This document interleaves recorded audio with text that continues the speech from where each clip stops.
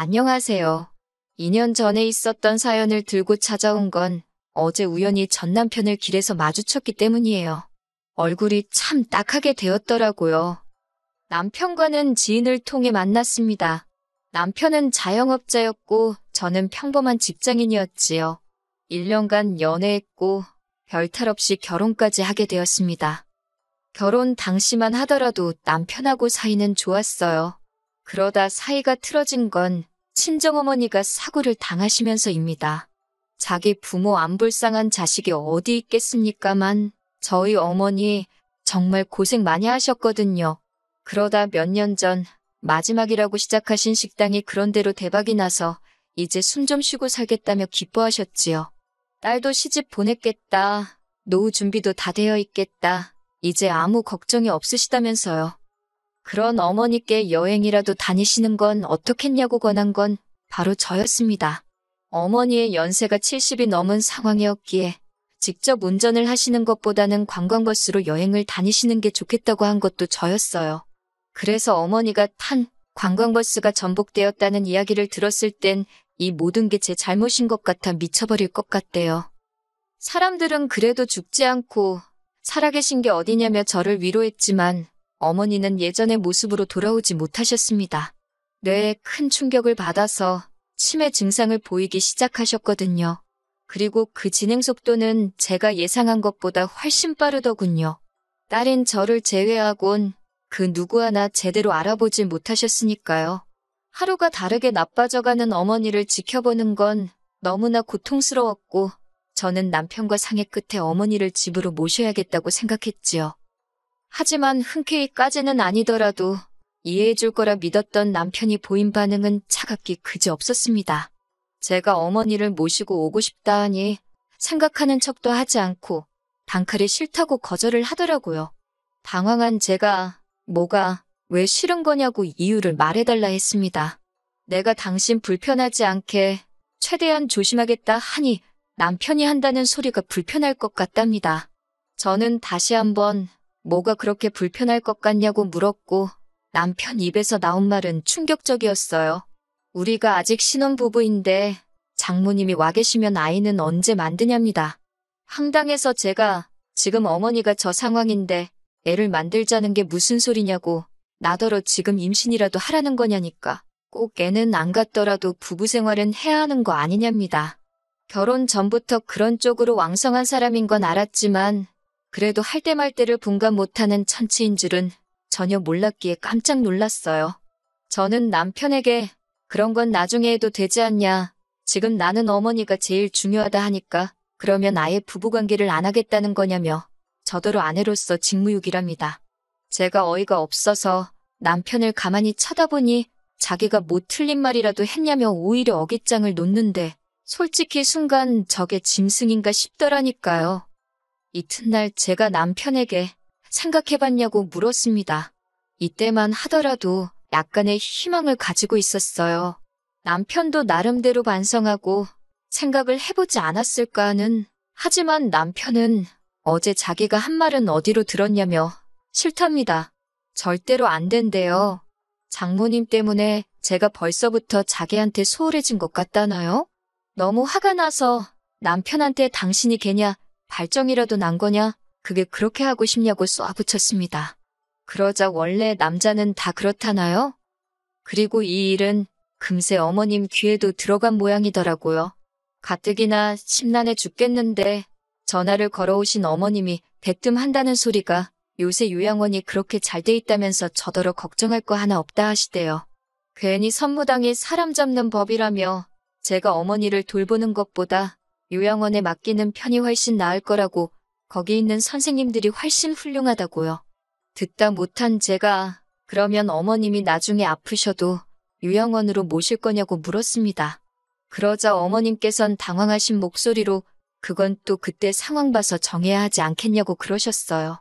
제가 지금은 무슨 상황인데 저희 어머니를 자꾸 요양원에 모시라 하시는 거냐니까 아니 네 남편이 불편하다는데 뭐가 그렇게 말이 많냐고요.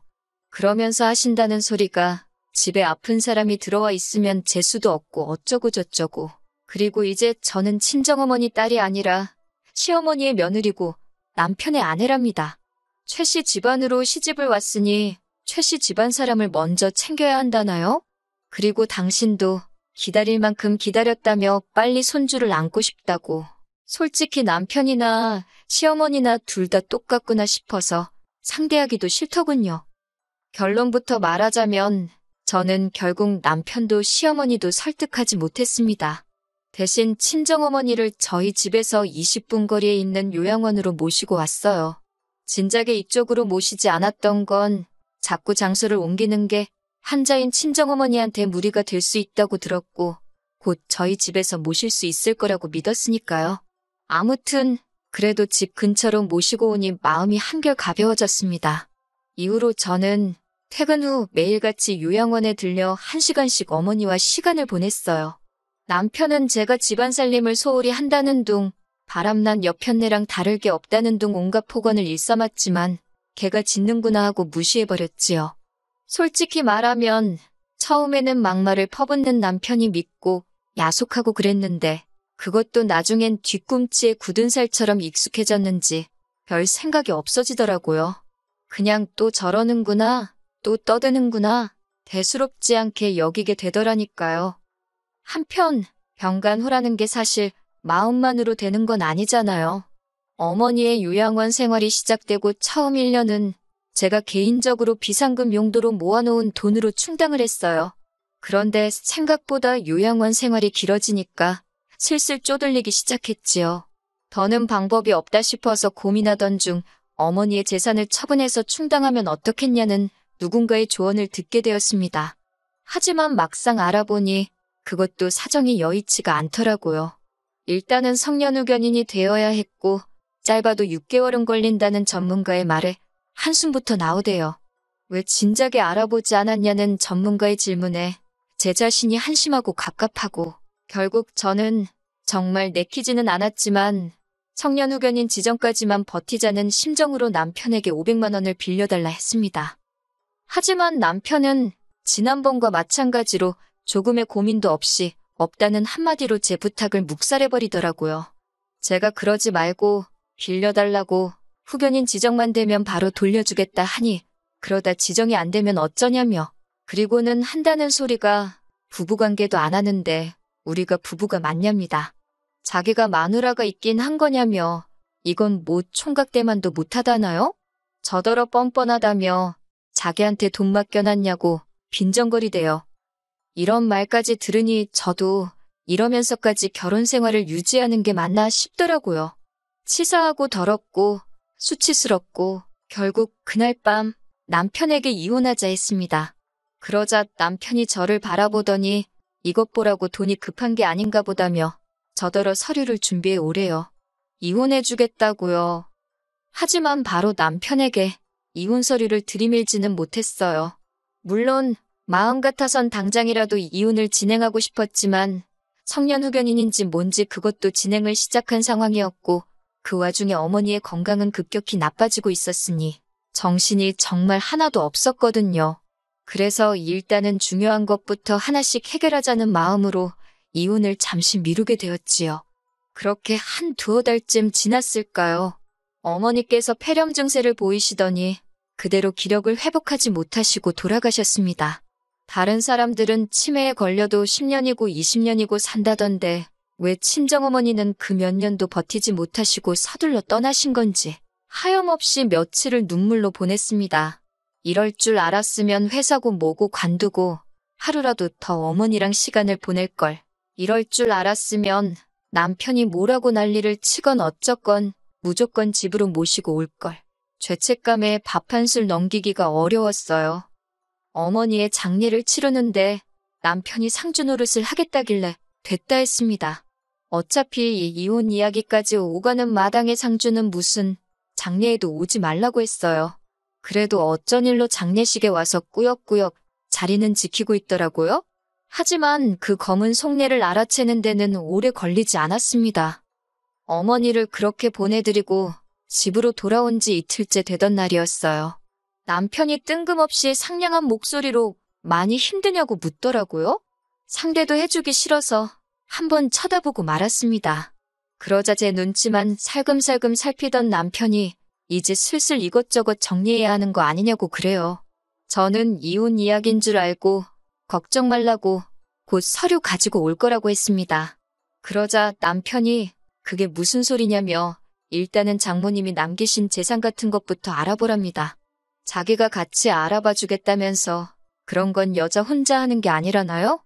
순간 등골에 소름이 쫙 끼치는 게 제가 개수작 부리지 말고 이혼할 준비나 하라 했습니다.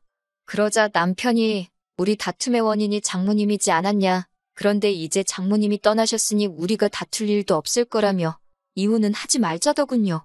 미친 상욕이 절로 나왔습니다. 저는 남편에게 친정어머니랑 관계없이 너 같은 인간이랑 살맛대고 못 산다고 했어요. 보기만 해도 소름이 끼친다고요. 그러자 자기가 순순히 이혼을 안 해주면 어쩔 거냐입니다. 그래서 저도 무서울 거 없다고 소송하자고 맞불을 놨지요. 또다시 남편이란 자식이 실실 웃으면서 한다는 소리가 소송하면 장모님 재산 자기랑 나눠야 되는데 저더러 괜찮겠냐입니다.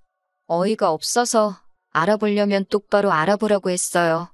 상속재산은 너랑 안 나눠도 된다고 멍청한 건 답도 없다고 사부치면서요. 하지만 남편은 자기가 조금만 노력하면 제 마음을 돌릴 수 있을 거라고 믿었는지 되도 않는 아침상을 차리질 않나? 청소를 해놓지 않나? 하나같이 멍청한 짓거리만 골라서 하고 있더라고요. 그리고 그렇게 한 2주 정도 지났나 저도 더는 남편이랑 눈치 싸움 하기도 싫었고 슬슬 변호사 알아보고 소송으로 가야겠다 생각하는 와중에 남편에게 사고가 났네요. 가게 주방에서 가스가 터져서 얼굴에 불이 붙었다나요. 병원에서 이야기하기를 얼굴 전면부 화상이 너무 심해서 허벅지에서 살을 갖다 이식을 해야 된다더군요. 그런데 이식만 해서는 보기가 흉할 거라 이후로 성형을 여러 번 해야 한답니다. 문제는 돈이더라고요. 이게 미용 목적으로 분류가 돼서 보험에서 보상을 안 해준다고요. 의식을 찾은 남편에게 저는 덤덤하게 병원에서 해준 이야기를 전했습니다. 그러자 남편이 다행이랍니다. 뭔 소린가 하니 제가 재산을 상속받아서 자기 수술비를 내줄 거 아니냐고요. 어이가 없어서 남편이 저한테 했던 말 그대로 돌려줬습니다. 나한테 돈 맡겨놨냐고요. 사위로서 할 도리도 똑바로 안 한 주제에 어디 죽은 장모 돈을 탐내냐고 미친 엑스라고 퍼부어줬네요. 저는 이후로 변호사를 고용했고 이혼 소송을 시작했습니다. 어머님을 비롯한 시댁 쪽 사람들이 저더러 아픈 사람을 상대로 너무 한다고 했지만 제가 못하러 그런 걸 신경 쓰나요? 그리고 소송 끝에 제가 이겨서 이혼할 수 있었습니다. 그쪽에서는 제가 아픈 남편을 내버린다는 식으로 나왔지만 그 전에 남편이 먼저 아픈 장모를 모른 척하고 잠자리로 아내인 저를 협박한 게 더 크게 작용한 모양이더라고요. 지금이야 혼자인 생활에 익숙해졌지만 사실 당시에는 어머니 돌아가시고 얼마 지나지 않아 이혼하고 혼자 감당하기에 쉽지 않았던 게 사실이에요. 그래도 지금은 모든 것이 제자리를 찾아가는 중입니다. 저는 얼마 전 좀 더 나은 조건으로 이직에도 성공했고요. 주말에는 어머니를 찾아갈 생각이에요. 어머니께서도 어디선가 이런 저를 지켜보고 응원해 주시고 계시겠지요?